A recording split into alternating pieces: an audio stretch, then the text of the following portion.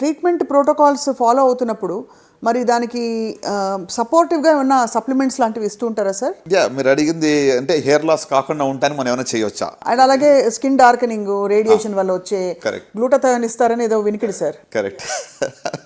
అంటే ఇంకొకటి radiotherapy side ఎఫెక్ట్స్లో కూడా రెండు రకాలుగా ఉన్నాయి. ఇప్పుడు ఓల్డ్ టెక్నాలజీ కూడా హెల్ప్ మ్యాటర్స్ అలాట్ అక్కడ.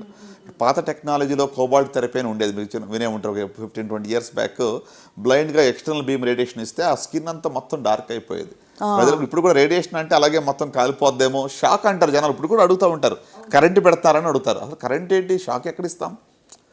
రేడియోథెరపీ బేసికలీ ఒక స్కాన్ చేసినట్లే, కొన్ని రేస్ ఆ ఏరియాకి వెళ్ళి కిల్ చేస్తే తప్ప మీకు అదా టచ్ కూడా కాదు, తెలియదు కూడా ఏం జరుగుతుందని. The want even feel. కానీ ప్రజల్లో ఏంటి అవగాహన, షాక్ పెడతారు, షాక్ ట్రీట్మెంట్ ఇస్తారు అనేది. అంటే ఇది ఒక ఇట్స్ ఎ మిత్ అగైన్. ఇప్పుడు బాగా మారిపోయింది కదా సార్ టెక్నాలజీ. చాలా ఎంత అంటే ఒక సిటీ స్కాన్ చేయించుకున్నట్లు రేడియేషన్ తీసుకోవడం అనేటువంటిది, రైట్? సో డోస్ కూడా స్పెషల్గా టార్గెట్ చేసి ఆ ఏరియాకి మాత్రం ఇవ్వడం జరుగుతుంది. ఇప్పుడు మన దగ్గర ఎంఆర్ఐ లినాక్ అని ఉంది. అంటే ప్రతిరోజు కూడా ఎంఆర్ఐ స్కాన్ చేసి ఏ ఏరియాలో ట్యూబర్ ఉందో అక్కడ మాత్రమే రేడియేషన్ ఇస్తారన్నమాట.